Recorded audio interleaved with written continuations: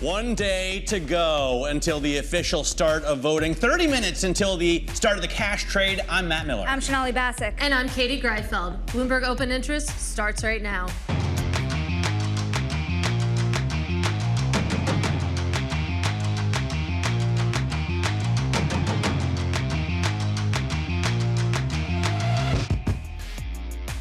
Coming up, with just a day until the U.S. election, polls signal a tight finish as the two candidates rally last-minute support in the battleground states.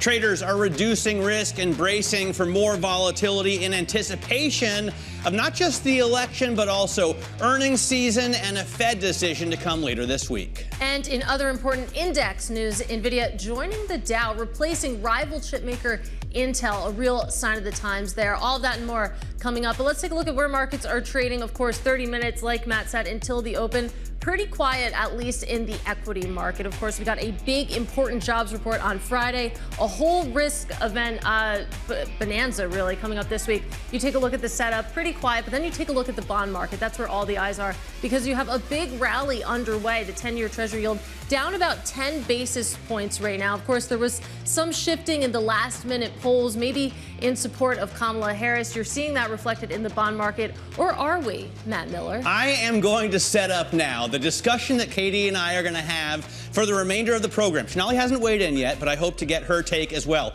Is this move behind this move? In other words, has the change in polls over the weekend driven a widespread reevaluation of the Trump trade in the reversal of Friday's moves in treasuries and the dollar? I think not. I have my thoughts, but I'm going to leave you hanging. We have 2 hours to get through, of course, and we all like a good argument with Matt Miller. Some movers to watch, though, under the surface, while we keep an eye on what the trade looks like throughout the day. Viking Therapeutics now up about 2.4%, rising after saying its experimental weight loss drug showed an average 8% drop in body weight in its latest study. And as Katie was talking about, NVIDIA up about 1.7% pre-market, higher after news that it will replace Intel in the Dow Jones Industrial Average. Maybe we'll talk about the Dow more on this program. For Matthew Miller, Chewy up almost 5%, 4.7% higher, as it will join the S&P 400 effective Wednesday. Matt. All right, so a lot of cool index shifts to ignore while we focus on the election and the Fed, obviously. You know, Treasury yields on the 10-year hit 438 on Friday, a 10 basis point climb.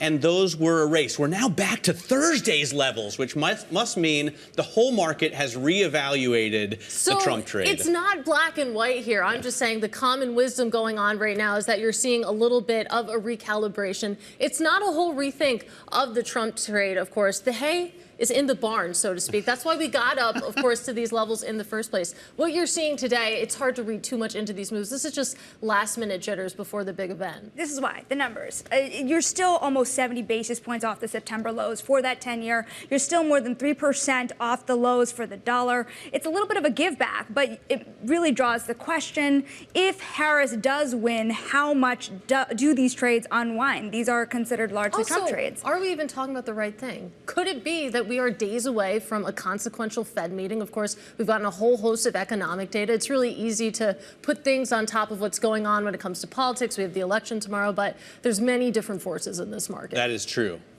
Could be that the Fed just does exactly what the Fed wants to do, which is cut another 25 basis points, regardless of the data. Citi head of U.S. equity trading strategy, Stuart Kaiser, joins us now. And let's get you first to weigh in on this, you know, widespread reevaluation of the Trump trade. I mean, just because we move off of Friday's levels to Thursday, does that really mean the whole market has decided, oops, we were wrong, Trump's not going to win?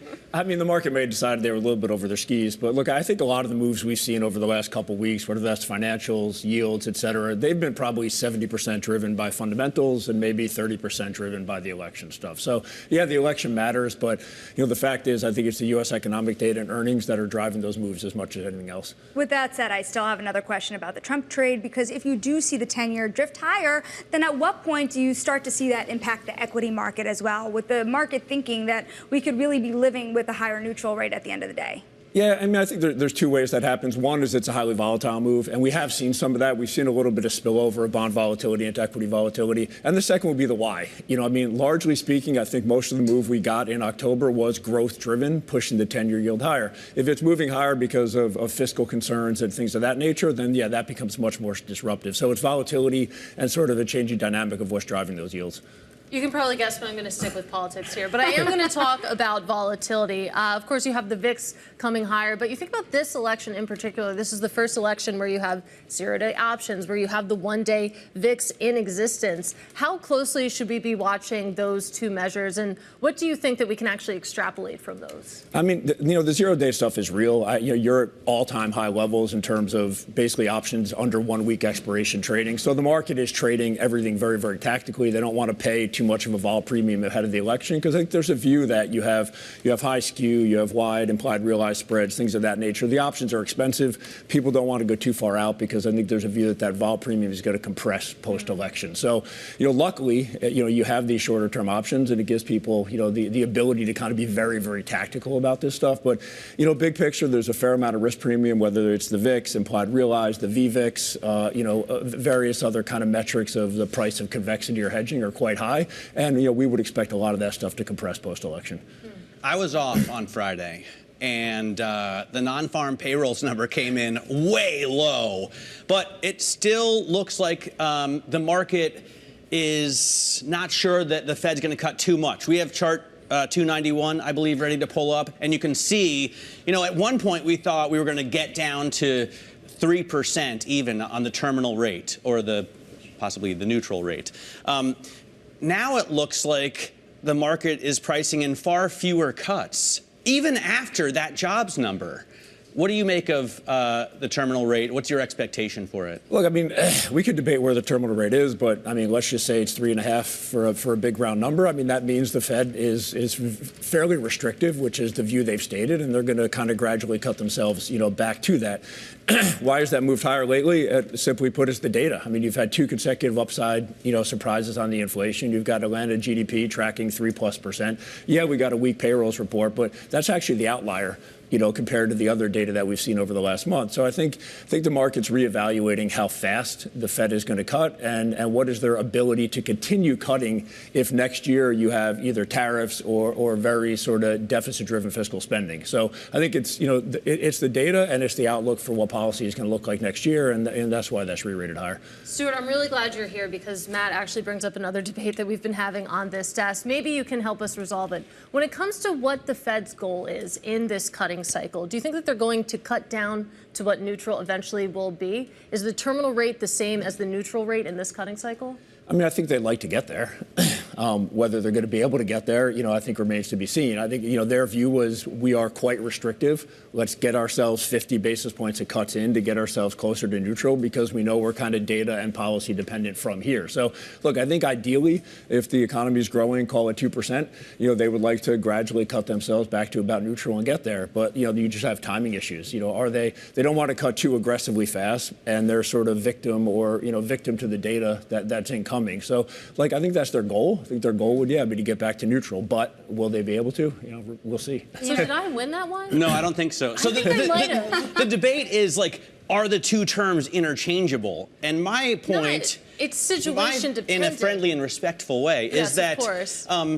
The terminal rate is something that you can put your finger on and say, after a cutting cycle, that was the terminal rate. The neutral rate is something that nobody knows. It's like mumbo jumbo. You can make up whatever neutral rate you want. It changes in every cycle, though, too, as does the terminal rate. But it's not ever anything solid. It's so nebulous. But neither is the terminal rate. I'm going to switch us slowly away from this conversation. We talk about it a lot, as you can see on this program. But, we've been trying to balance, to the point of this whole conversation, tomorrow, the elections, or, a week from now or days from now when we know what happens, and the Fed meeting where we'll know the outcome on Thursday. I also want to talk about what's under the hood of the equity market here, because what's interesting is we've been talking about those Trump trades that have been performing, but what we haven't been talking about is the ones that have not been. For example, for the last 3 months, you've seen the energy sector lag the S&P 500. You would think that would be performing if you think that Trump were to win this election. So what do you bet on at this point if you see the odds turning towards his favor as we see the votes come in? Yeah, I mean, our view has been, trading tax rates, trading banks in particular are the cleanest ways to do it. To your point on energy, and I throw healthcare in there as well, those had generally been viewed as big election trades, but there's a lot of moving parts with that. Where you say, well, Trump is going to drill, but we're already drilling, 13.5 million barrels of oil per day. So is Trump coming actually going to push energy prices lower? And I want to own servicers instead of the energy sector. So I think there's like a couple moving parts in the energy sector that have held that back. And you might argue, same as the case on healthcare. Certainly, Trump might be less aggressive about healthcare spending, but he might be more open to M&A. And M&A is positive for SMID healthcare. So to me, healthcare and energy are both they fall in the election category, but they're just not as clean as the other trades. And we've just told people to focus on banks and small cap and value for that reason. Stuart, before we let you go, we have one question quickly here. When it comes to tomorrow night, you're watching the results come in, your eyes twitching a little bit. What is the one line that you'll be watching? Is it S&P 500 futures? Is it the 10-year? What's your pick? I mean, well, first off, it's what's going on in Pennsylvania. Obviously, is number one. But yeah, I think for us, I'm an equity strategist, so it's S&P, and beyond that, it's long-term bond yields. Because I think, our view is positioning is cleaner. There is space here for the equity market to rally after the election. What could trip that up would be you get another sort of inflection point higher in long-dated yields, and that kind of kneecaps the rally. So those are the two or three things. Stuart, it's great to see you. We'll see you on the other side. That is Citi's Stuart Kaiser. Meanwhile, let's get a look at the stocks that are moving ahead of this opening bell. We'll do that with Abigail Doolittle. So I know, Katie, that many of us here at Bloomberg don't watch the Dow all that closely, but some investors do. Take a look at NVIDIA popping higher, up 1.7% on its inclusion in the blue chip, the former blue chip index. Some stocks still blue chip. Sherwin-Williams will also be included, that stock also higher in the pre-market. Trading to the downside, though, the nuclear space, which has really been in rally mode, massive rally mode this year, based on the need for more energy to fuel AI and data centers. Well, today it's taking a bit of a breather. This after Constellation Group reported earnings. While they beat, it seems that investors thinking it's not quite enough given this year's massive move to the upside. And then finally, DJT, Trump Entertainment and Media. Actually, it's now flipped higher to the pre-market. Earlier, it had been down at about 8%. This following a greater than 300% rally from the recent bottom to the recent peak. But from that peak down more than 50%. All of this is one way to say, and this is something, I guess, for Stuart Kaiser, volatility. These shares very, very volatile into the election. It's the only thing that's certain today, Abigail. Volatility is higher. We thank you so much for your time. Now, coming up, we're going to talk more about the election. Harris and Trump hitting battleground states as the polls signal a razor-thin race. We're going to speak to Henrietta Treyz, Veda Partners Economic Policy Research Director, next. This is Bloomberg.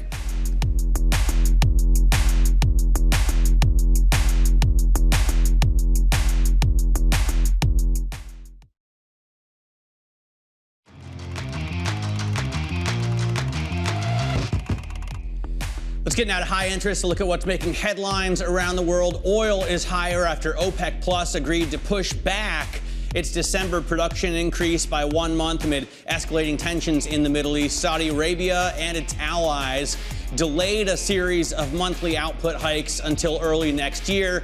Meanwhile, the Wall Street Journal is reporting that Iran is planning a counterattack on Israel involving more powerful warheads and other weapons.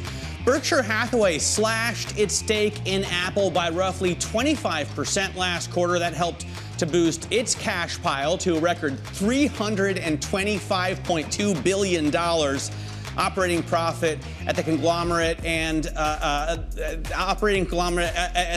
Berkshire Hathaway declined and buyback. Sorry, let me just start over. Can I start over here? Operating profit, I'm not sure about. It's down. But the firm declined to buy back its own shares for the first time since 2008. I got that one right. Judy Dimon, the wife of JPMorgan CEO Jamie Dimon and a prominent political donor, canvassed voters in Michigan over the weekend in support of Vice President Kamala Harris's presidential bid. Jamie Dimon, for his part, has declined to publicly endorse either party's candidate, pledging that he would work with whomever is elected. Sonali?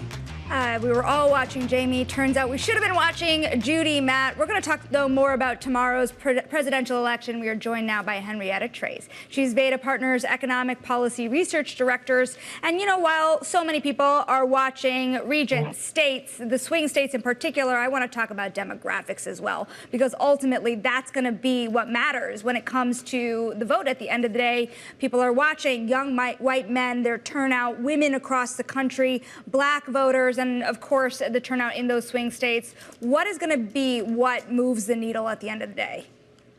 Well, right now we've had in the early vote a massive pull forward of rural Republican voters. This is a strong Trump supporting demographic, and they have come out in droves, especially early on in the early voting cycle about 2 weeks ago. And that sort of started to crest in the middle of last week and has since declined across Georgia, North Carolina, and Nevada.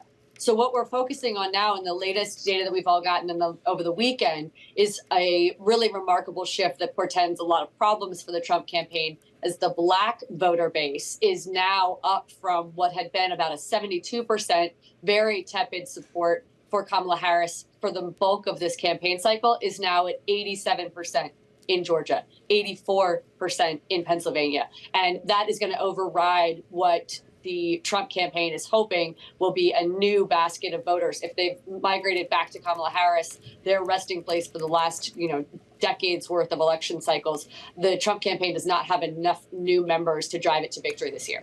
Henrietta, I actually want to zoom out a little bit just from demographics and talk about some of these national polls, the final ones that we're getting, since it's causing a lot of disruption in the markets today. Of course, you think about the poll from the Des Moines Register, for example. You have the New York Times Siena survey, all of these showing Harris a little bit ahead at this point. But I feel like, we're talking about these numbers in some cases, and it's just still within that margin of error. It's still within a dead heat, a photo finish, whatever metaphor you want to use. I guess I'm trying to say it's very, very tight, and it's interesting to see the market reacting so strongly at this stage in the game. Right. Well, the market is correcting. They got overly confident. I would say 75+% forecast for Trump winning. The most extreme questions that I got over the last 2 weeks were, what if it's not a red wave? What if Democrats take the House? The baked in assumption on the street was even more aggressive than Polymarket's forecasts or predicted, which were in the 66% range. I'd say the street was at 75, 80. So what's happening right now is the street is correcting for overconfidence for Trump. And I think that's appropriate. The margins have never suggested that Trump is going to run away with this. And when you're looking at the top line numbers at this point, what I see in the suburbs, where in Ann Seltzer's poll, she's ahead by 23 points with the suburbs. Those are the largest groups of voters in America, and especially with women, which is also the largest group of voters in America. So without the suburbs, you can't win. And the suburbs have dictated the last two election cycles, for Trump in 2016 by 4 points and for Biden by 2 points in 2020. And right now, the narrative and all the polling out of all the swing states shows Kamala Harris winning in the suburbs. I don't remember last time, 2020, I wasn't living in this country, so it wasn't the same thing. But you have an excuse. In 2016, I hadn't moved to Germany yet, and we all watched, the election coverage until we found out that Trump had won, Hillary Clinton had lost in the very early hours of the morning. It wasn't too late into Wednesday at that point. When do you expect us to know the results this time, and what's different between now and then? I'm actually pretty optimistic that we're going to look a lot more like 2016 than 2020. So you're right. It was called at 2:35 on Wednesday morning in 2016. And I think we're going to be in a roughly similar place, 3, 4, 5 in the morning on Wednesday. We should know. You'll start to get the earliest data out of Georgia. What has happened is the states, especially the battleground states that were so critical to the 2020 election, they've updated and revised and refined their laws around reporting and getting ballots into the election commissioners and into the Secretary of State. And Georgia is going to start requiring you to publish that data at 8 p.m. So if there is a signal of anything other than Trump winning Georgia at 8 p.m. out of certain districts in Georgia, you'll immediately know that we're in for a surprise of a night, and it might not be close. It just so happens that my forecast is that Trump wins Georgia and North Carolina. Those are some of the states that I expect information from first. So if it is a continuation of things look really good for Trump, then our status quo is pat. But if there's any signs of weakness for Trump, it'll come from there first. And that would be a very positive event for Harris. That's just going to be East Coast to West Coast throughout the night. All right, well, we should know soon enough, soon being a relative term here. Henrietta, great to get your thoughts. That, of course, is Henrietta Treyz of Veda Partners. And tomorrow, Joe Matthew and Kaylee Lyons will have a 2-hour Balance of Power special to kick off our election night coverage, followed by Bloomberg's Election 2024 special beginning at 7 p.m. in New York. A really interesting conversation with Henrietta there. And I like how she phrased it, that word she used, an overcorrection. That's what we're seeing in the markets today. Did it ever make sense that we had such a big run-up, of course, that confidence that Trump was going to win?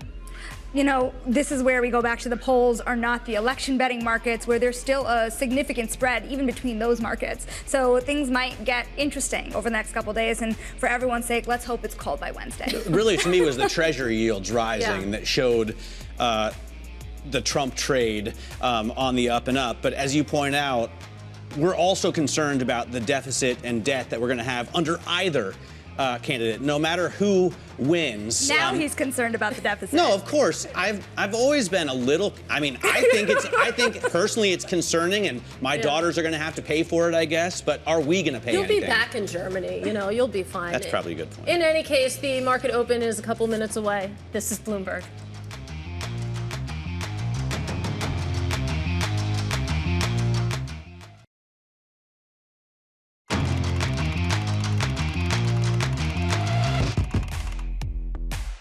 Welcome back to Bloomberg Open Interest. Let's take a check on futures, of course. We are less than 4 minutes until the opening bell, and you can see the setup pretty grim right now. You have the S&P 500 down a little bit, and then it gets worse from there. Big tech, of course, feeling some pain today. The NASDAQ 100 down about 0.3%. The small caps, your Russell 2000, off by about 0.4%. All of the action is in the bond market this morning. Of course, 10-year Treasury yields down about 10 basis points or so. Maybe some of that Trump trade unraveling, as Henrietta Treyz told us, a little bit of an overcorrection underway. We'll discuss all of this and more with JPMorgan's Phil Camporeale coming up next. This is Bloomberg.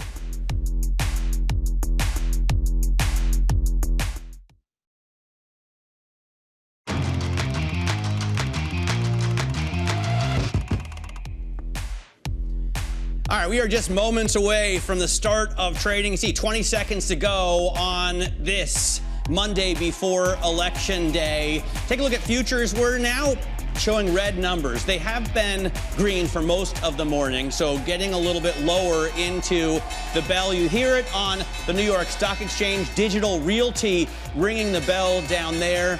I don't recognize any of them, but I'm looking here. Scott Soshnick, unbelievable. Used to be the sports reporter for Bloomberg News. Now I think he's the editor-in-chief at Sportico. So ringing the bell at the NASDAQ market site, that is very cool. Recognize a number of faces there, former Bloomberg writers. That's fun. Let's take a look at what's going on in terms of the indexes.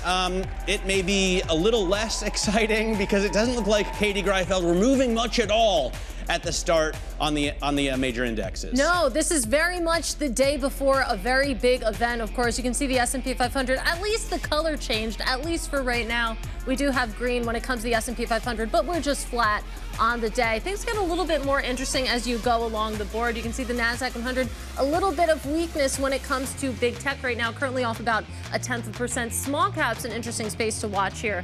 Of course, as we see all the gyrations in the bond market, the small cap index, the Russell 2000, off about 0.3%. If you take a look under the hood, actually, we have plenty to talk about. So let's talk about Viking Therapeutics right now. Shares rising after a study of its experimental weight loss drug showed promising results in what could be another winner in the obesity drug fight. That's good for about a 7.4% rally, Sonali. Also looking at some index rebalancing trades here. I know you were watching NVIDIA this morning. Now it's up about 1.3% as the market opens. Of course, it is joining the Dow Jones Industrial Average. Sherwin-Williams is as well, up almost 6%. Remember, these are replacing Intel and Dow. Makes the index a lot more interesting to take a look at. And of course, those rebalancings are what a lot of traders out there are keeping a look on. And it's a breath of fresh air outside of those election trades, Matt. Yeah, absolutely love to see other news than that. However, I'm going to go right back to the Trump trade here. DJT, those shares ahead of the election are up 2.5%. However, they have been absolutely clobbered in the last 3 or 4 sessions. So to the extent that you can take a signal from DJT shares in terms of who's going to win, of course, DJT runs the former president's Truth Social business. I guess the odds are looking a little bit better a few minutes into the trade. Let's take a closer look at the election trade with Bloomberg's Abigail Doolittle. Abby? Although, Matt, you probably have to think about the fact that that stock up more than 300% into the recent sell-off and still up, I think, about 75% from its SPAC IPO earlier this year. So lots of interesting signals to watch, including today, stocks barely moving. Investors are a little bit nervous. To the downside for the former president, take a look at the dollar falling against the Mexican. He, of course, had a strong stance against Mexico. So the peso during his last administration seen as one of the poster symbols or markets to watch around sentiment toward him. So negative, as is Bitcoin, his administration, his possible administration, seen as being pro-Bitcoin. One thing that does seem very certain in terms of all these mixed markets, volatility. Take a look at this VIX at nearly a 23 handle, even though we have the S&P 500 barely moving. Let's look at this relative to the odds for both VP Harris and the former president, and it's been all over the map. You can see since she entered the race, at one point Trump had been closer to 70%. At one point she had been closer to 10%. Right now VP Harris leading it with 55% and Donald Trump at 51%. Very, very tight. We're also watching the dollar because the dollar sliding today down about 0.6%, the worst day going all the way back to August. And this is a look at after the 2016 election in orange, the 2020 election in white. The point here is after Donald Trump won in 2016, in the near term, the dollar did very well. In the near term for President Biden, less well, and then less well in the month and quarter later. A year later, though, it was a flip. So a lot of information here, and I think everybody's watching this very, very closely, Katie. Yeah, it'll be fun to add another bar to that chart, of course, for the 2024 election. Abigail Doolittle, thank you so much.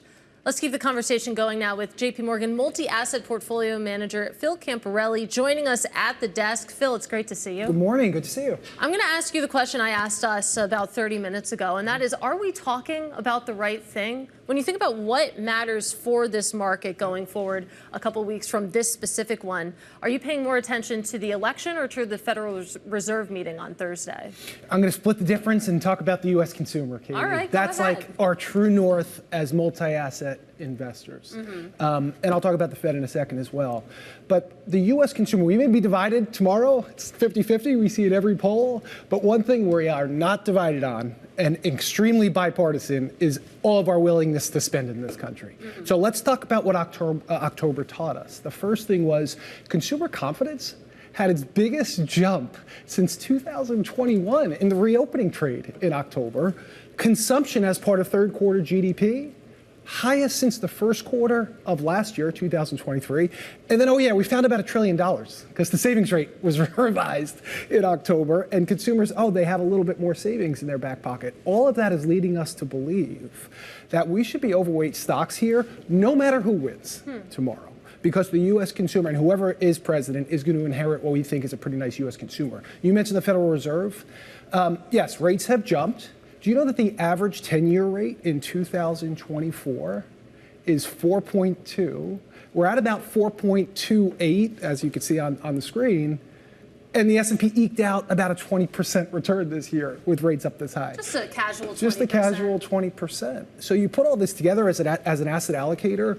Again, we're overweight stocks. We're overweight credit, no matter who wins this election tomorrow. And we're really excited about what we think the next catalyst is going to be, which is all these companies saying, okay, we don't know who's going to win, but once we get a winner, history has proven, going all the way back to the 1950s, that capital expenditures, private investments start to pick up after an election. So I'm trying to be as bipartisan as possible with this view. This is a nice setup for investors. All right, but what about the Fed? I mean, does it even matter what the Fed does? Are they really responding to data? Do you care? As long as the consumer's strong and this economy is pumping along at 3%, Aren't you still going to buy stocks? Yeah, Matt, here's something I'm not going to hope for over the next few meetings. A 50 basis point rate cut, okay? Right. Because I think what a 50 basis point rate cut tells us, and you mentioned 3%, nobody had 3% GDP on their bingo card in the second quarter or the third quarter, including Jay Powell and his buddies down in Washington. So our biggest risk here isn't the recession risk, because a recession is defined as 2 consecutive quarters negative GDP growth, negative job creation. That seems like a low probability event. We're worried about that other tail risk, which is growth too strong to take the Fed off the table? Matt, that's not priced in. So I'm thinking about it the other way. So to the extent you think that the consumer is propping this market up, yes. you think and that the economy, right? And the economy is great. What do you tell people who say, well, okay, the fiscal has been fighting the monetary? This idea that there's been enough stimulus to hold this consumer up. When does that start to wear off, particularly because the decision making, depending on who you get in office, is going to be different? Yes, Sonali, good question. And I think that's the biggest pushback that we get is this 100% debt to GDP in this country and rising. Recession levels. And rising, recession levels, and we're nowhere near that. And I think the one thing that would get our attention with the consumer is less fiscal and more, are real wages diminishing? Real wages is defined as wages minus inflation. The good thing about wages is that they're 4%, and inflation is below 4%. So now if we have an environment where that differential is closing, that's, I think, when we get worried about the U.S. consumer, and it's just not there yet. Well, let's talk a little bit more about that Venn diagram when it comes to deficits specifically. You were mentioning no matter who wins, you're overweight stocks right now. Where does that leave the Treasury market? Because the conversation, particularly around the long end, has been you've seen yields scream higher because we're all worried about the deficit. How do you invest around that? Yeah, so as I said, the average rate this year was 3.2 on the 10-year. So these aren't necessarily, 4.2 on the 10-year. So these aren't necessarily, screaming levels. I would say, and going back to that tail risk, that if inflation is driving rates higher, and that's just not the case right now, that would get oh my goodness, you now have growth rates maybe coming down, a stagflation type environment, and rates are high. That is not what we're seeing. Okay, so I would say rates at 4.2, 4.3, fine, driven by growth, as I said, the consumer. But if rates are rising, because all of a sudden the Fed has to come off the table because inflation is rising, that would be a problem. That's not priced into markets. I'm going to take a page out of Sonali's book and look at GRR for a second and see who's been doing well, who's been doing poorly. I mean, year to date, obviously the big hyperscalers have been crushing it. Energy's lagging but still gaining. Real estate's lagging but still gaining. Healthcare's lagging but still gaining. What do you like? If you were going to pick your favorite sectors for the rest of the year or 2025, what would it be? Yeah, first off, U.S. exceptionalism is what we're going for. Okay, so when I'm talking about our overweights, we have about a 10% overweight to stocks in a 60-40 portfolio. That's 70% allocation to stocks, and 3/4 of that overweight is in the U.S. Okay, so U.S. exceptionalism, no matter who wins tomorrow, we think will be hard to fade. I would say the bulk of that is cap-weighted. Okay, so it's a cap-weighted S&P story because our view is in Goldilocks. Our view is more of the soft landing story, where the Fed is carefully and methodically taking rates lower over the next few quarters, which continues to point to the mega-cap tech names, the quality names in the index. But our latest ads, Matt, have been in both mid-cap and equal weighted. Okay, so again, the bulk of the overweight is cap weighted, but in order to really diversify the breadth of U.S. exceptionalism, which is what we're saying, mid-cap and equal weighted have to be part of the solution. For the large cap stocks, particularly when you think about those 2017 tax cuts, even if Trump were to win the presidency, how much would the bond market or even Congress allow those tax cuts to continue? And what would that mean in terms of how you have to discount that tax effect from those large caps? Does the thesis play out that these companies can do as well with paying more to the U.S. government? Yeah, so I think unless you get a blue sweep tomorrow, the Tax Cut and Job Act will be extended. So any shade of red in Congress or in the White House, obviously, right, would extend those tax cuts. For us, again, going back to the story of the quality trade, those companies we think will continue to perform pretty well as we look into the next few quarters because they don't need a rate cut. And again, our whole bias here is I don't want to see a 50 basis point rate cut. And we are believers. We only have a 15% chance of recession. I think the Fed is going to be pretty careful. If they go once a quarter next year, that would be, that's their expectation, and we'll see if that even happens. I think the better signal for the bond market are actually credit spreads. Credit spreads have never really budged. 10-year note has been all over the place. Federal funds futures market continues to get whipsawed, whereas credit spreads, I think, have shown a pretty nice story of the U.S. avoiding recession. Again, 15% is as low as we can possibly get a recession probability over the next 12 months, and that's where we're at. Back to the fundamentals. Phil Camporeale of JPMorgan, we thank you for joining us on set, of course, before the big day. Now, coming up, we're going to dive into the latest on the obesity drug fight. This has been another theme underpinning this market. Viking Therapeutics saying it's seeing promise with one of its weight loss drugs, another dog in the fight. We're going to talk about it next. This is Bloomberg.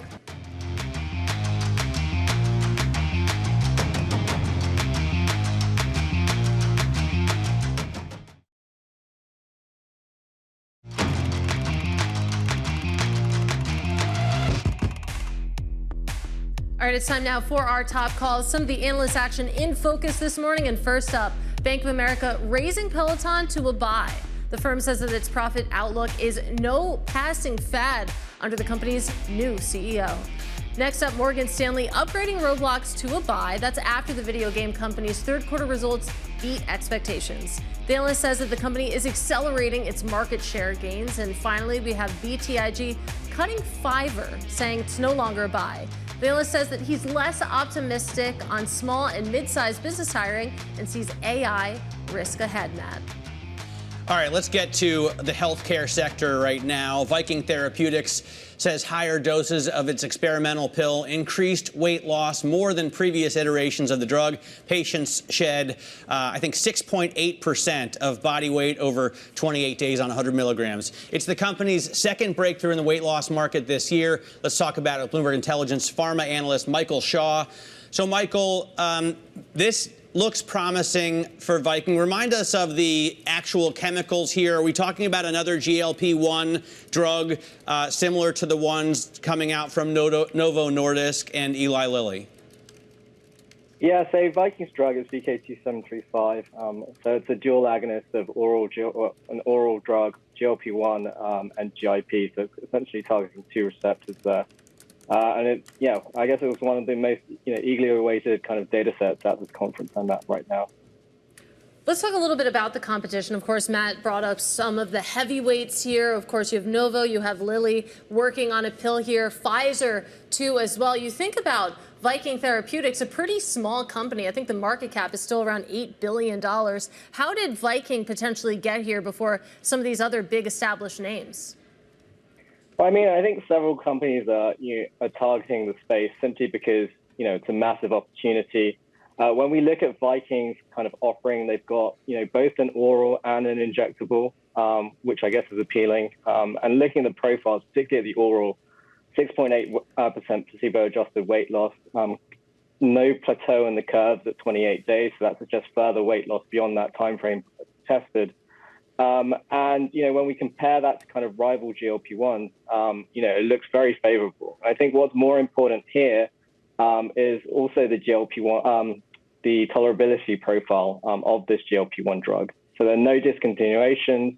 There's only mild nausea observed at all doses. And also when we look at some of the other GI side effects, so things like vomiting, et cetera, the rates here also compare very favorable to rivals. So tolerability is obviously key with these drugs, and it looks like Viking's got a very well-tolerated asset here. Michael, this is still a company that's less than $10 billion in market value. And if I'm, say, Pfizer, I look at this company and say, okay, this gives me something that would make me have a competitive edge. How much M&A is surrounding this company, M&A discussion? I mean, is this a company that should be in the hands of a larger giant for distribution purposes or otherwise? Yeah, absolutely. I mean, speculation always kind of surrounds kind of biotech companies, especially ones with competitive assets. Whether this is going to come in the form of, an out-licensing deal or a full takeover, I think that remains to be seen. I mean, looking at the enterprise value for this company, $7 to $8 billion already. any potential suitor is going to need, pretty deep pockets. But again, it's got a competitive, more than one competitive asset, and essentially, we think a deal will be needed, or some sort of deal will be needed, to compete with the likes of, the Lillys and Novos out there, given, not least because, a commercial footprint is needed. All right, so we'll keep an eye on that one. Michael, really great to speak with you. That, of course, is Michael Shaw from Bloomberg Intelligence. And the conversation continues on Wednesday. Of course, we have Novo Nordisk reporting earnings. I'll be speaking with the CEO of Novo Nordisk after that, Lars Frogard Jorgensen. Now, coming up, before we get there, we're going to take a look at how Wall Street is preparing for election night volatility. That's next in our Wall Street Beat. This is Bloomberg.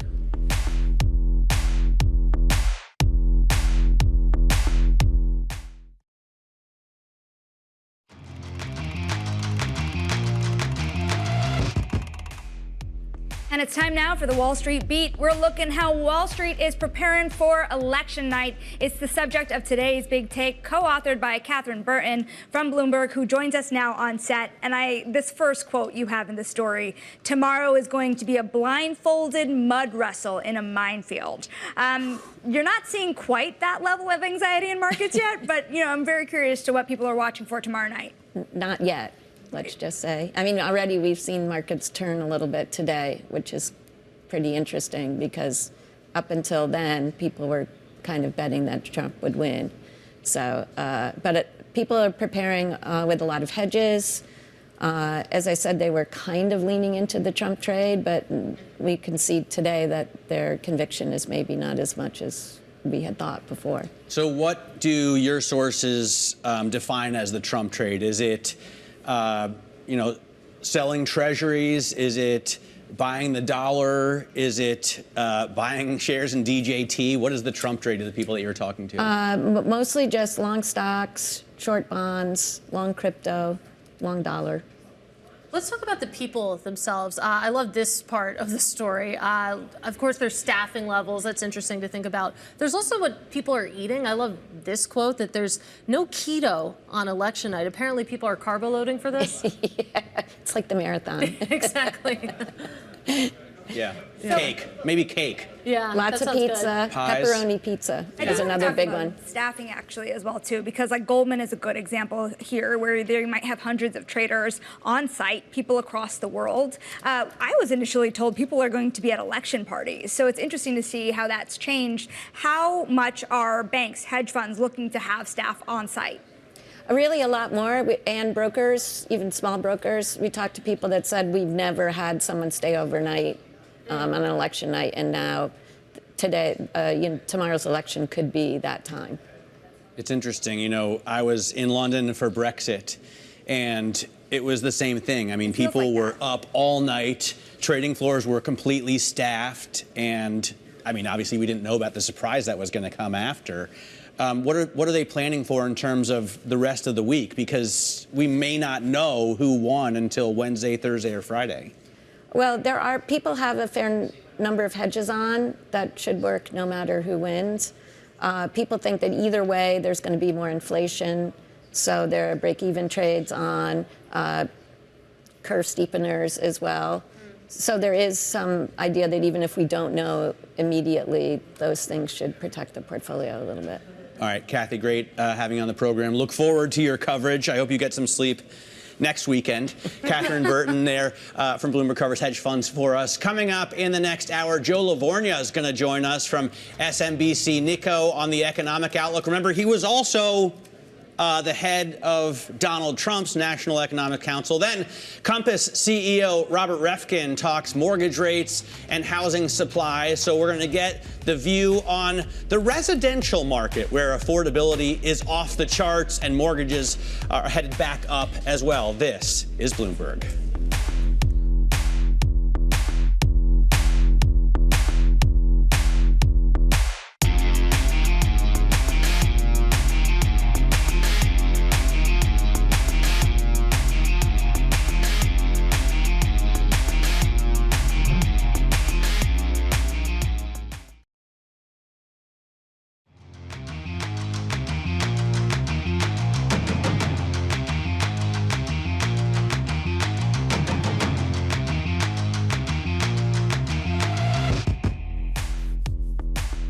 All right, we are 30 minutes into the trading day. Welcome to Bloomberg Open Interest. I'm Matt Miller. I'm Sonali Basak. And I'm Katie Greifeld. We're keeping an eye on markets right now. Of course, we have factory orders coming at the top of the hour. The setup before we get there, pretty flat on the S&P 500. You can see on the 10-year yield still lower by about 11 basis points, Matt. Of course, we have been keeping close track of this economic news cycle. And right now, you take a look at factory orders coming in as expected. Yeah, bang in line at negative 0.5%. I'm not sure anyone cares that much about factory orders ahead of an election. But we do have a Fed meeting on Thursday. I've heard that.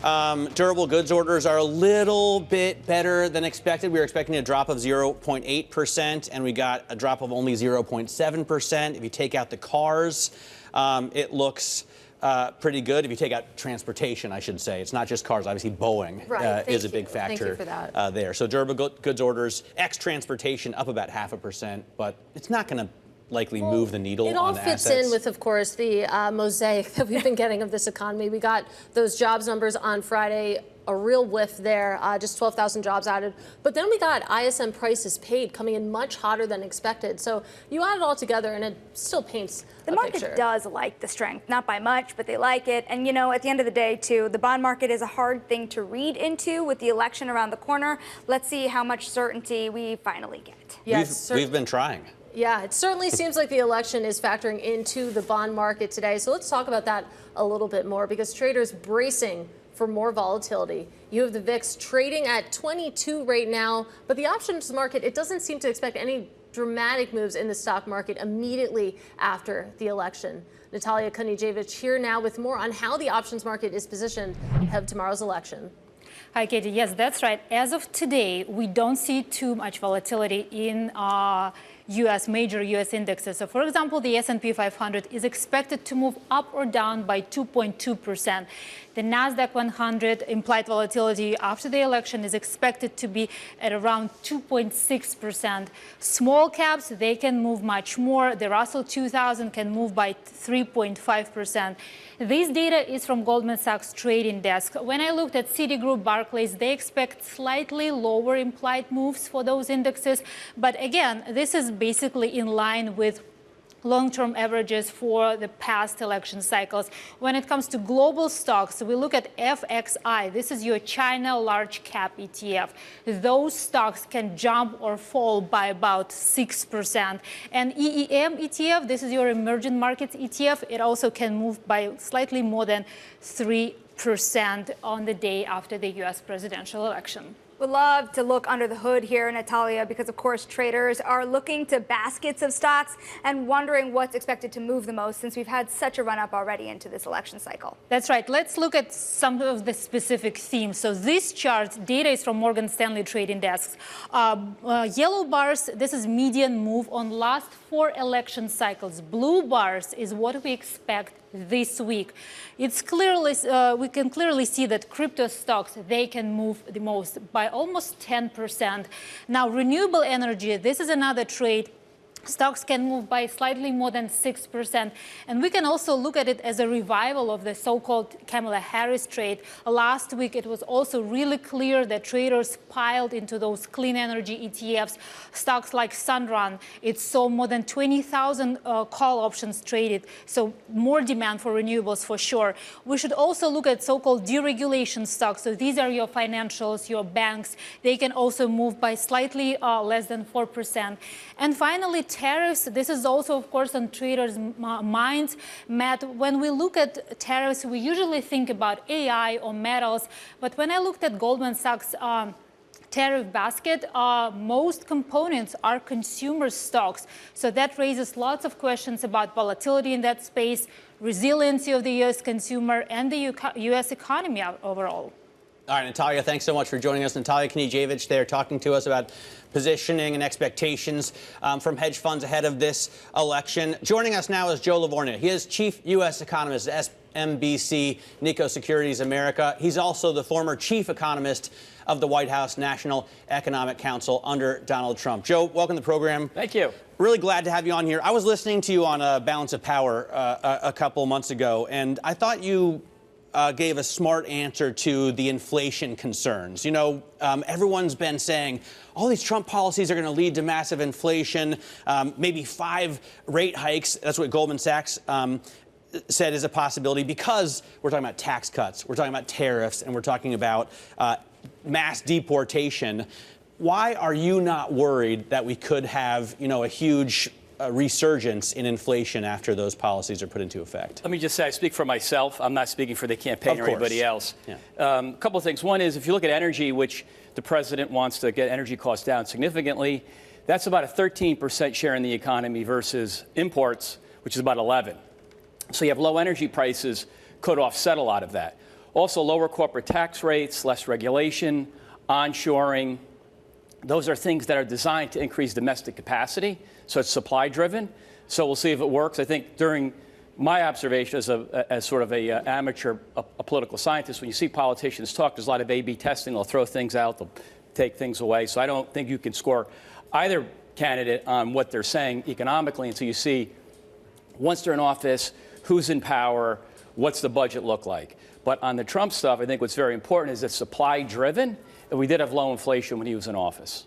Well, I think this time around is different than last time around, isn't it? Because we're coming off of a different base. And so if you think about the base we're jumping off of now, plus the debt picture in the United States, what will be the most different if Trump were to win in the next term than the last time he was in office? Because we can't really draw comparisons, can we? Well, I think you can. I mean, what you'd do is you'd want to keep corporate tax rates down. You wouldn't want corporate tax rates up because you don't want to hurt capital formation, because you want to keep productivity strong. And you want to try to onshore and reshore, keep domestic wages higher. And if you have productivity, that's an increase in living standards with low inflation. So it's really more of the things that worked before. And I would say that'd be the approach the second time around. But why wouldn't that be too stimulative at this juncture? Because at this point, the Fed is on a rate cutting cycle, and you're talking about even more tax cuts. Yeah, I don't think the Fed should. I mean, the Fed prudently cut in September, as I thought, because the economy was weak. The economy looks pretty decent now, largely because of massive government spending. That's part of the story. In the last 4 quarters, we have about $600 billion more debt, marketable debt, than we have nominal GDP. So part of the economic strength story is a lot of government spending. But on the Fed side, if I'm the Fed, I would be waiting to see what happens. Well, let's talk a little bit more about the Fed and the path forward here. You make a good point, of course, about the stimulus coming from an area they can't really control, but they have to factor in here. But when it comes to the economic data points, of course, we're just coming off of a very weak jobs report, but then you overlay that with strong GDP. Of course, inflation not entirely licked yet. I mean, what do you think the Fed is truly paying attention to right now and taking its cues from? Excellent question. I can't follow the communication, and I don't mean to be overly critical, but if you think about the Fed, they had 3 interest rate cuts in March. They went to 1 in June, and then they effectively went to 4 cuts in September with the 50 move and then the 225 cuts assumed for November and December. So they've kind of been all over the map. Look, the economy, as you highlighted, has been good. There's no question about that. Inflation's been way too high, but the economy, at least measured growth, has been good. And why is the Fed cutting? I'm not sure what their MO is. I guess it's on the, the output gap, the fact the unemployment rate went from 3.4 to 4.1, and they're looking at that as a factor why they should be cutting. But I would sit and wait, and if it looks like the data we got was distorted meaningfully by the hurricane, which it might be, then you could then cut 50 in December. Having said all that, they're going to cut 25 next week because the market's pricing it, and for some reason, the Fed is loath to disappoint investors and feels like it has to guide them in a direction where they can't lose money. I wonder what you would want to hear from Kamala Harris about the economy. It seems to me, and this could be just my perception, that we're getting a lot of answers from Trump, even if he's just throwing some things at the wall. Yeah. And not getting much from Harris on things like, for example, does she really want to tax unrealized gains? Well, that's the thing. I mean, so clients ask, and I try to play it down the middle because I realize I might say one thing that's going to upset half the population and then like by the other half. And obviously with clients, I want to be as objective as I humanly can be. And one of the things I struggle with is what does the Harris campaign want to do? My understanding is they are going to raise corporate taxes quite significantly. They are going to raise marginal rates because they're going to let the Tax Cuts and Jobs Act sunset. I think that's very bad for growth, very bad for capital formation, very bad for living standards and wage trends. And the unrealized capital gains really bothers me. But then you hear surrogates say the exact opposite. So the answer is I don't know, Matt. It's not clear. Is it? I mean, you have been in the White House. You have worked there. Is it really likely that a president could tax unrealized capital gains? It doesn't make sense. Not with a red Senate. It doesn't make sense, but I mean, again, this was in the Biden white paper. I mean, it was rather part of the budget, so I don't like it. I think it's very bad. Administratively, it'd be a nightmare. It's not even clear that it'd be legal. It'd be bad for the equity market, where a lot of people, a lot of blue-collar workers, middle-class people, firemen, police, teachers, my parents are teachers, those 401ks are going to get whacked, I would think, pretty significantly as people sell in anticipation of this tax potentially coming in. And by the way, it never starts with billionaires. It always, this is really bad trickle down, where it starts at the top and eventually goes all the way down to the lower level workers. Joe, because you have kind of been in this seat here where you have seen the inner workings of Washington, I want to talk about reality also. You know, if Trump were to win, one of his surrogates, Scott Bessent, has talked about the idea of a shadow Fed. We were talking about the Federal Reserve and what is possible with policy moving forward. How effective will Fed Chair Powell be going into next year if Trump were to win, especially when you have his biggest supporters saying that he should essentially have oversight via somebody looking over his shoulder? Look, the Fed, there needs to be changes, I think, on the Fed. I mean, certainly have a lot of presidents that are that don't go through congressional approval. I'm all for everything democratic and transparent. What Scott's saying that makes to me a lot of sense. We used to have that back in the old days when Milton Friedman kind of took over the airwaves. There was a shadow market committee. I want to say Ben Friedman from Harvard was on. I think Mickey Levy, former Nations Bank, Bank of America chief economist. There were academicians that had that sort of like parallel monitoring of the Fed. So I don't think the Fed should be above any type of constructive criticism. And certainly the Fed is being transparent with what it's saying and should be accountable then for what it's trying to produce. So I don't think there's a big issue there. Joe, if Donald Trump wins the election tomorrow, will you go back to the White House? Would you work for the former president again? I love where I work. I'd be an honor to serve. We'll see what happens. You know, I don't really want to say. I'm just happy. I'm very happy where I'm at. And I know it sounds like kind of a wishy-washy answer, but I'll help in any capacity. But I really love where I work. As you know, I work close here, so I hope to come back on again soon. And we'll see what happens. Hopefully, whoever wins, I hope that we'll know soon. That would be great. I don't think it's wishy-washy. I think a lot of us would be honored to serve the country in almost any capacity. We've certainly I did it once. It's hard. It's a lot of work. I've got young kids, and it's not easy. Well, Joe, we're going to have to keep in touch, of course. Really appreciate you taking the time to speak with us. That, of course, is Joe Lavorgna of SMBC Nikko Securities America.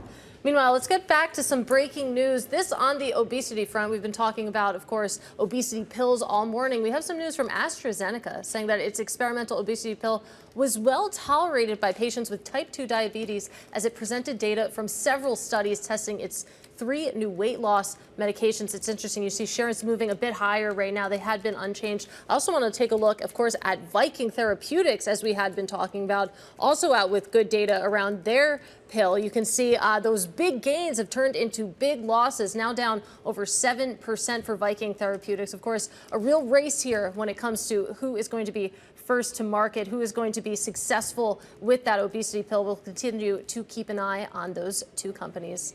Now, coming up, it's the final push. Both Vice President Harris and former President Donald Trump not slowing down their campaigns as they come to a close. We'll take a look at the final stages for both candidates next.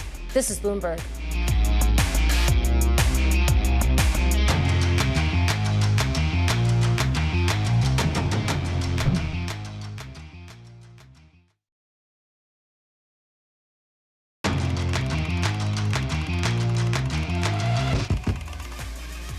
Let's get now to high interest and look at what's making headlines around the world. China has lodged a complaint with the World Trade Organization over the EU's tariffs on Chinese EV imports.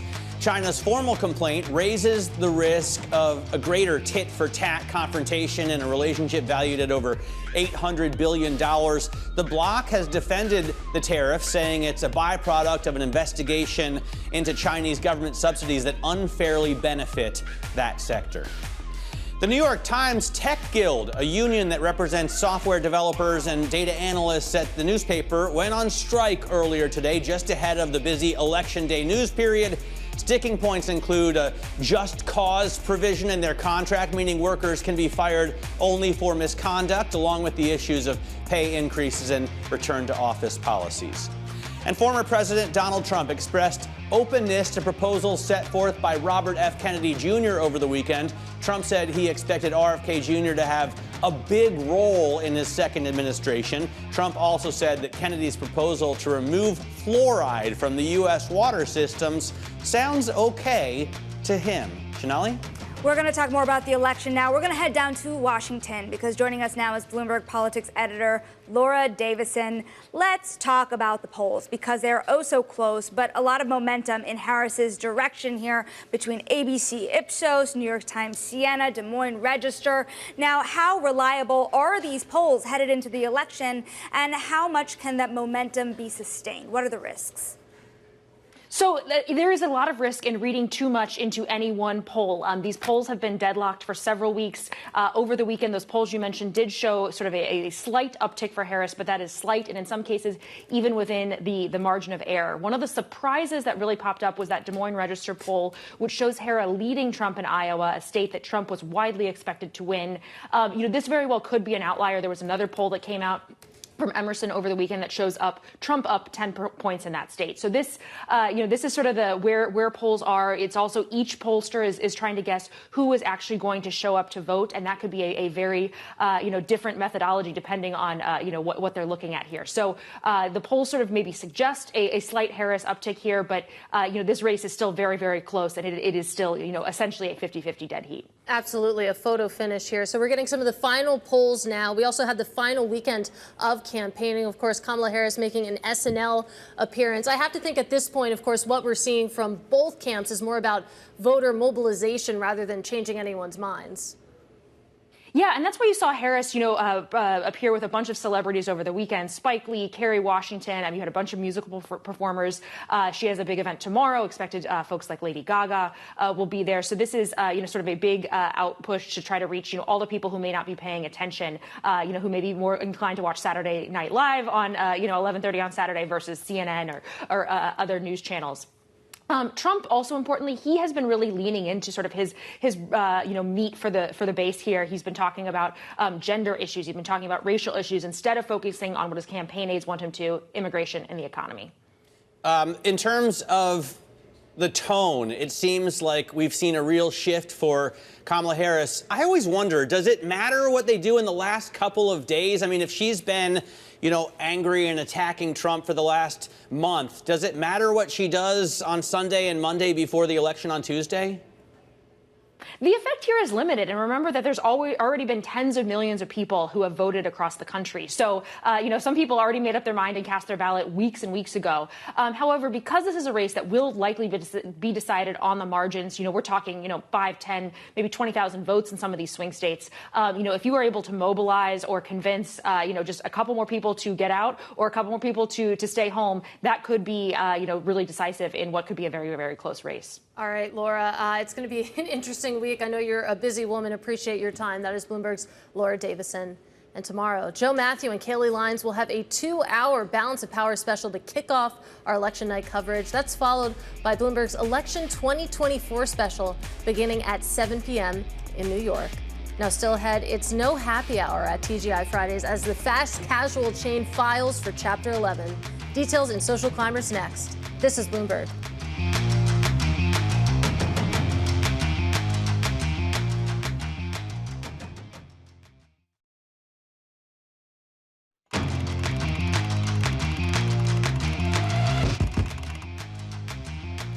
All right, it's time now for Social Climbers. The company's making waves this morning. And first up, BioNTech reporting better than expected quarterly results helped by solid sales of its variant-adapted COVID-19 vaccines. The company gained prominence, of course, during the pandemic and still remains dependent on COVID-19 jabs. The company did say, though, that it's advancing its efforts to become a global immunotherapy company with cancer drugs and other vaccine candidates in the pipeline, so trying to diversify there. Let's also talk about Abercrombie & Fitch because it's higher today. That's after Citi opens a 30-day positive catalyst watch on the company. The firm expects another strong profit beat when it reports third quarter results on November 26th, so mark your calendars. And finally, let's end with some bad news, and that is casual restaurant chain TGI Fridays. It filed for bankruptcy over the weekend. It's been struggling, of course, thanks to pressure from increasingly cost-conscious consumers, and it's really just the latest in a string of troubled restaurants to file for bankruptcy. Matt, we know that high rates, of course, have been painful for a lot of those companies that maybe aren't huge tech names, and you're still seeing Katie, that. Look at that burger next to you. It looks horrendous. I'm trying not to. I mean, I don't know what that was. That must have been the veggie option. Maybe they should look into that. You know, maybe that might help. Yeah, real meat would be a good way to start the day. All right, let's talk about what's going on in markets because we're seeing some big moves. You know, we've been waiting for big volatility. We've been saying it's coming. And now we at least have the biggest moves in the bond market and in the dollar since what, August? Yeah, absolutely. Since August, and you're seeing now the 10-year down by more than 11 basis points, Matt. You're seeing it back down to 426. You're seeing some green in the market. Interesting, we said that data didn't matter, but at 10 o'clock, that ISM data really did start to turn things around just a little bit here. We started the day lower. We are now higher. But interestingly enough, I do think this is interesting. We started the day with green arrows on the screen. Remember when I was like, Katie, what's going on in the indexes? And she was like, at least they're green. The color was green, but it was very little. This is Bloomberg.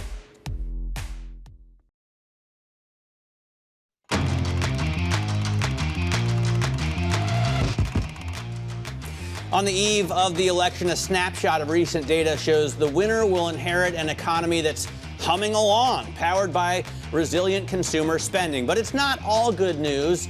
The job market looks like it's cooling, especially after Friday's wipeout. The housing sector has struggled to gain momentum. In the past few weeks, borrowing costs have surged again, with 30-year mortgage rates moving back towards 7%. For more on how home buyers are navigating this tricky time, we're joined by Robert Reffkin. He is the CEO of Compass.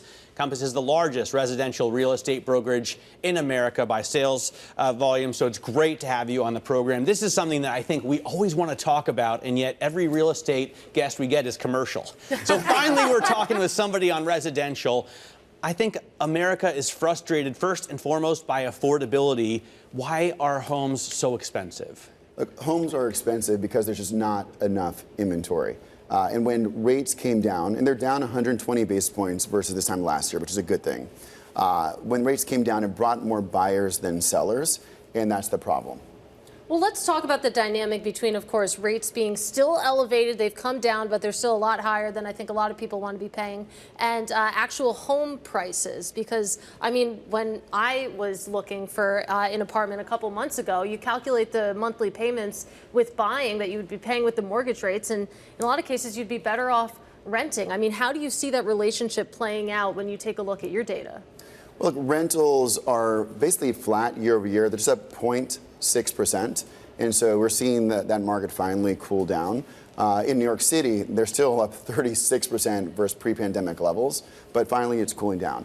We are seeing buyers want to buy, but there's just not enough inventory for them to find. How big of an issue was the pandemic? Because now we're looking at an issue that is very firmly political. It has been brought up in both presidential campaigns, and you're looking at housing prices outside of major cities, to your point, skyrocketing. So at the end of the day, do the promises being put forward start to make people feel better one way or another based on who they're going to vote for tomorrow? Look, it's a positive thing that both candidates are talking about housing. I think regardless of who wins, next year we'll likely see more transaction volume. In the year following 10 of the last 11 presidential elections, transaction volume increased. But also, in the year following 10 of the last 11 presidential elections, price increased as well. So now is probably a better time to buy before prices go up. So, Robert, if you were president, or if you were a senator, if you could influence policy, what would you change to drive supply? Because it's been an issue not just since the pandemic. It's been an issue for the past 14 years, right? Very easy answer. If I were president, I would make sure that the National Association of Realtors and the hundreds of MLSs that they control can no longer enforce clear cooperation and the mandatory submission rule. I believe that is artificially restraining inventory. The reason why is it doesn't allow a homeowner to list without risk. Homeowners feel risk with days on market and price drop history. 40% of the homes in the market right now have a price drop more than any time in history. They all look like damaged goods. And so if you eliminated clear cooperation, then they could list without days on market and price drop history, and more inventory would come to the market, more inventory to the market, prices would come down. So you see that as the root of the issue, other than maybe just people aren't building enough homes? Like that is the root of this structural undersupply? There's high mortgage rates, there's people not building, but those are issues that are harder to control. I believe the government should create rules, trade groups should advocate for them. But a trade group like the National Association of Realtors should not be creating rules. They're not elected officials, they're not the government. So outside of that as well, because we are facing an election tomorrow, you have Kamala Harris coming out and saying that she wants 3 million extra homes built on top of that existing supply plan. But I want 5 million extra homes. Well, there's between 4 and 7, exactly. So how able is she to really push that forward when so much of what's happening with housing is on the local level? Look, I think just her even talking about it, it creates incentives for politicians at all levels to talk about as well and advocate for it. So it is definitely a good thing, and it's more on the radar for these two candidates than it has been in any candidate from recent history. So it's definitely a very positive step forward. But you don't think it's the turning point? I mean, I just wonder what she could do beyond subsidizing. I guess subsidizing builders would be a good start, right? She wants to subsidize first home buyers at 25. I mean, they want to give away a lot of money, right? What role does it play? Is that going to work? It's easier to talk about giving away money than it is to actually give away money when you get elected. And that's why I continue to focus on the clear cooperation policy, because you don't have to tell anyone, you have to give anyone's money away. You just have to make it easier for people to list homes without risk. At Compass, we have Compass coming soon, Compass Private Exclusives, where any homeowner can list without days on market, without price drop history, without Zestimates and valuation estimates on their listings. And it takes away that risk that makes them feel like they do not want to put their home on the market. So that's the solution that you would advocate for Yes, if you were president. I mean, how confident are you that something along those lines might actually come into effect? Or is this, just wish cast? I'm glad that you asked. We now have Bright MLS, which is 6 states plus DC. You have MLS PIN, which is Massachusetts. You have Real Tracks of Tennessee. That collectively are 8 states plus DC, where they do not have restrictions in any way for homeowners to market their homes. And so I think this is a trend that is developing. This time last year, it was really only MLS PIN. So I can see why if you're listing your house, that would be a benefit. But what about for the buyer? Doesn't that create a lot more uncertainty for the person on the other end? Yeah, it's a good question. Look, I think what should be on a listing should be what you are buying. Days on market, price drop history are negotiating points. If buyers should know days on market and price drop history, then sellers should know how long the buyer's been searching on the MLS and how many offers they put in that were rejected. In the entire country of Australia, there are no negative insights on listings in any way. No days on market, no price history, no weather, crime, no valuation estimates. You only put what's on a listing what the homeowner wanted to put on it. Think about Mercedes-Benz. Could you imagine going to Mercedes-Benz lot, on their lot, and seeing right on the front hood how many days it's been on the market, how many price drops that they had? That's not what people want on what they are selling. I wonder about the rates and how long it's going to take us to get used to them, because to us, right, 5, 6, 7%, that seems like massive in terms of a mortgage rate. But my parents are like, come on, we were paying 14%, right? Do you see any signs that this market is finally starting to get used to? Because we're not going to go back to 0 interest rates, right? Yeah, it does feel like people are getting used to it. The data I would point to is mortgage rates went to 6 just a month and a half ago, and now they're at 7. But mortgage purchase applications are up 10% last week over the prior year. So in an environment where mortgage rates went up 100 basis points, for mortgage applications to be up 10% year over year, it shows that people are starting to get used to it. People don't fill out these applications for fun. Also, sales increased 9% year over year. So we are seeing more activity relative to last year. Robert, we thank you so much for joining us here in studio. That is Compass CEO Robert Reffkin, of course, on the housing market at a pretty critical juncture in this economy. And guys, it's fascinating. One concern I hear from investors a lot is once you start to see that housing market open up, is the price of sale higher or lower? Is the reset value lower? And is that why people are so afraid to list right now? Yeah. I don't know. I'm still stuck on the dynamic between the mortgage rate and the price, because I feel like I see prices. I stalk Street Easy. It's a lot of fun. You see the prices coming down. The prices seem at a digestible level, but then you think about how high mortgage rates are, what you would be paying month by month.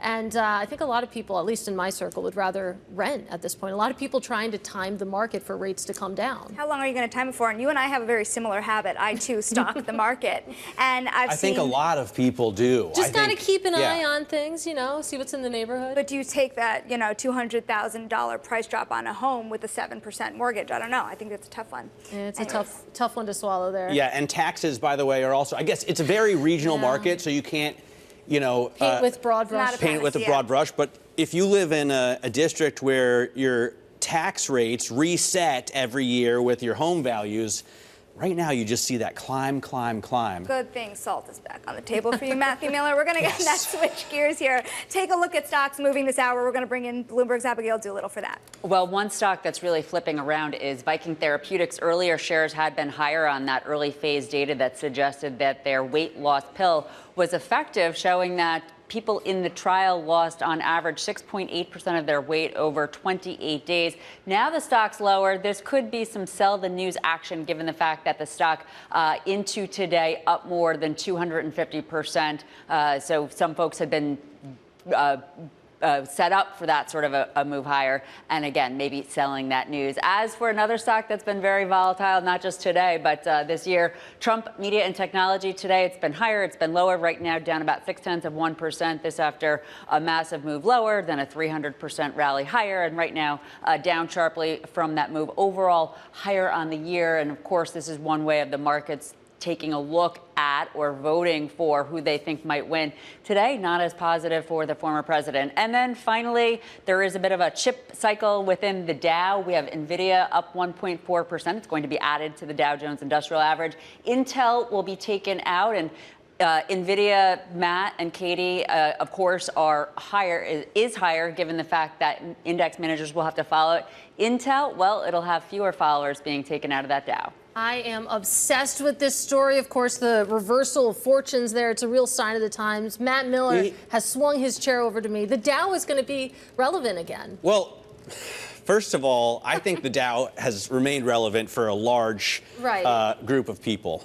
But a product of your generation. I think it's fascinating that not even my generation, right? Yeah. We're talking about my great-grandfather's generation. Yeah. I think it's fascinating that Dow is no longer going to be in the Dow. It's getting kicked out. Sherwin-Williams. I mean, I was more shocked at that. NVIDIA makes perfect sense to me, right? It does. NVIDIA out, Intel in. It's still like a price-weighted index, I believe. So there's a lot of silly stuff going on. At these valuations, it's pretty interesting to see it get it added. And what happens to the Dow in the next decade with this high flyer? Maybe they top-ticked it. We'll talk about it next. More on that Dow shakeup coming up. This is Bloomberg.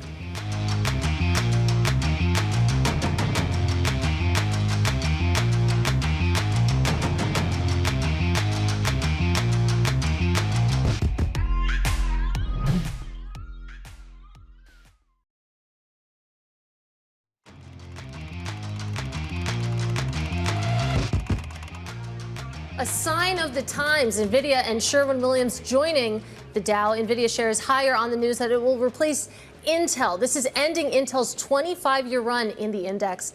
NVIDIA market cap, of course, has surged multiple times in recent years, while Intel has remained stagnant, even worse than stagnant. It's had a terrible past couple years. Joining us now is Bloomberg's Alex Semenova. I love this story. I mean, the Dow Jones, it's a very silly index. It's 30 companies. It's price-weighted for whatever reason. But, I mean, just in terms of the symbolic importance, NVIDIA replacing Intel, there's some hay to be made there. Yeah, I agree with you, Katie. I would argue that it is more of an honor for the Dow to be getting NVIDIA into its lineup than it is for NVIDIA to be joining the Dow, because up until this point, it was the only major U.S. equity benchmark that didn't have NVIDIA, which is up 900% over the past 24 months. Oof. And of course, the Dow has faced a lot of criticism for not having some of these big tech behemoths that have rallied for the past 2 years and that have comprised so much of the equity returns that we've seen. But this year we also saw earlier that Amazon replaced Walgreens in the Dow, and now NVIDIA is replacing Intel, so it's getting a really nice makeover. So on one hand, NVIDIA, you can understand that. You can see that storyline building. But Sherwin-Williams, I mean, how did that one squeak its way through? That's hot right now. That's another interesting one. The stock is up 15% this year, actually outperforming the Dow's 12% return, and it is replacing Dow Inc., so no Dow in the Dow anymore. So that's pretty cool, although obviously Dow doesn't really control the Dow Jones Industrial Index. It's an S&P index. Harkens back to the days of transport. Yeah, when I was a kid. Do you see any other big changes coming? I mean, if Katie Greifeld on internationally broadcast TV is calling it silly for being price-weighted, why don't they just change that? Right. Well, I mean, this started out as an index with only 12 stocks. Now it has 30 stocks. It's obviously been criticized for being very narrow, much narrower than the S&P 500 and NASDAQ 100 index. And based on these changes with NVIDIA joining, with Amazon joining, it's really focusing more now on technology stocks. Before that, it didn't have some of these companies. So very likely that we'll see more of those changes ahead. And you make a great point that the Dow, one of the reasons it's been criticized is the fact that it doesn't have those big tech influences right now. You take a look over the past 5 years, of course, the performance against the S&P 500, it's still up, but we're talking it's up 69%. You compare that to the S&P 500 up about 100% on a total return basis over that time frame.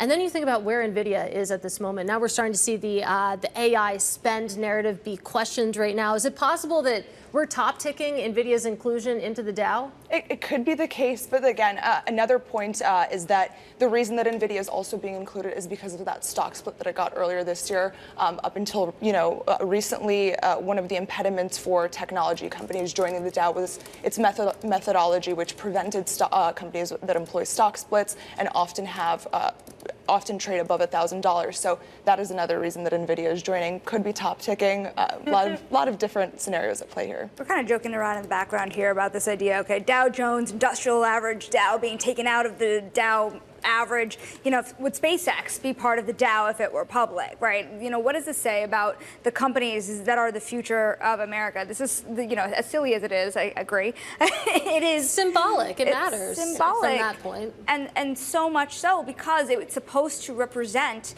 the face of business in America. Exactly. Just the same way that Intel joined in 1999. At the time, it was the forefront of chip processors. It was the hot stock at the time, and now it's down 54%, and it's getting booted out. So it's out in with the new, out with the old. We're seeing all these companies. Guys, what a big problem with index. It's not like a ton of ETFs are tracked to the Dow, to your point here. Yeah. But Intel not being able to draw the extra money at this juncture in capital markets, I don't know. The decline of an American icon. Yeah, is it, you think, still huge? I mean, does Intel get a lot of its market cap from investors tracking the Dow? I think there's only one ETF that tracks the Dow. It's just, I just can't get over the fact that it's price weighted. In the year of our Lord 2024, we're still talking about a price weighted index. It's just so silly. I don't disagree with you on that point. On that point. Well, we should leave this there then. Alex Semenova, thank you so much for joining us. I just saw Joe Matthew walking by here in New York. In fact, he's right over there. Bloomberg He Television? anchors Balance of Power. We're going to have a special edition of Balance of Power. That's why Joe's here in New York. And the whole political team is engaging. We've spread them all across the map. They're in the swing states. And we're going to talk when we come back to one of those reporters, actually the anchor of the close, Romaine Bostick. He's out in Michigan 24 hours ahead of the election to tell us how Trump and Harris are doing in that state in terms of the closing arguments, their final pitches, their tone changes. That's next. This is Bloomberg.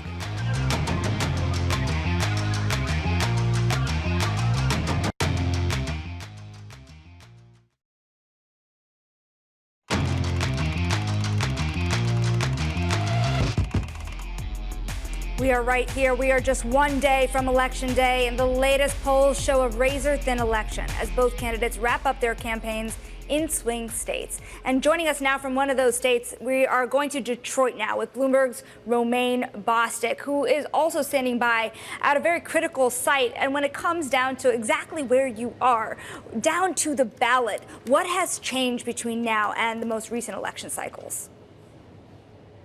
Well, Sonali, right now I am in Huntington Place. This is the main convention center here in downtown Detroit.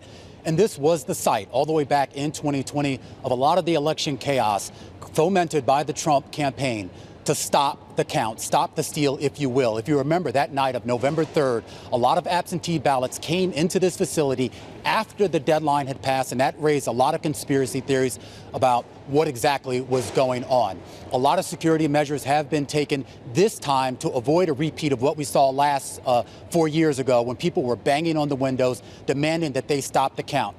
All the folks you see behind me, they've been counting absentee ballots for days now, and starting tomorrow morning, they will start to get the early voting ballots coming in, and later in that day, of course, the same-day election ballots. I did have a chance to catch up with Daniel Baxter, the COO of the Detroit Election Commission. He's planning for a long night, but says they think that they can get the job done before the night is over. Romaine, when I think about Michigan, I think about chili dogs. The Michiganders call them conies, but that'll probably have no bearing on the election. The big issues are the auto workers union, right, and the big population that is, I guess, pro-Palestinian. There's so many immigrants living, especially in Dearborn and around the area. How are those two groups going to play into, the win tomorrow? Well, let's start with the Arab and Muslim American population here. It is massive. There is no bigger concentration of Muslim and Arab Americans anywhere else in the country other than California. But they are a massive voting bloc, and they are divided. I spent most of yesterday on Sunday around Dearborn and Dearborn Heights, Michigan, predominantly Muslim and Arab American cities. The mayor of Dearborn has endorsed Donald Trump. The mayor of Hamtramck, the first Muslim majority city in the United States, has endorsed Donald Trump. They are all right now very concerned about the Biden administration's approach to the war in Gaza, saying that they have felt left out, and they feel that Trump, at least right now, is their better option in this election. All right, and Romaine, we have about a minute left with you. It's not like Kamala Harris is going down without a fight. Of course, she was in Detroit this past weekend, I understand. In fact, she was still here when I left the hotel last night. She spent a lot of time campaigning in Detroit at a church here in the city before making her way out to Lansing and East Lansing for some very critical rallies there. And we should point out that the candidates from both sides of the Trump campaign as well as the Harris campaign have spent an inordinate amount of time here in the state of Michigan. In fact, it's become probably the biggest landing spot for her and her surrogates. Trump a little bit less so, but the amount of votes that they can peel off here, whether it's from the Arab Americans, whether it's from the unions here represented by the UAW and auto workers, they see votes ripe for the picking, and that's why they've spent so much time here over the past few days and weeks. All right, Romaine, looking forward to more of your reporting. That is Bloomberg's Romaine Bostick joining us on the ground in Michigan. And tomorrow, Joe Matthew and Kayleigh Lyons will have a 2-hour Balance of Power special to kick off our election night coverage. That's followed by Bloomberg's Election 2024 special beginning at 7 p.m. in New York. Of course, you take a look at markets ahead of that. It's been an interesting trade now, a little bit higher, of course, as people recalibrate what they're thinking heading into a very, very consequential week. Coming up tomorrow on Open Interest, we'll have you covered on Election Day. We'll get reaction and insight from the C-suite as well as economic analysis as Americans head to the polls. This is Bloomberg.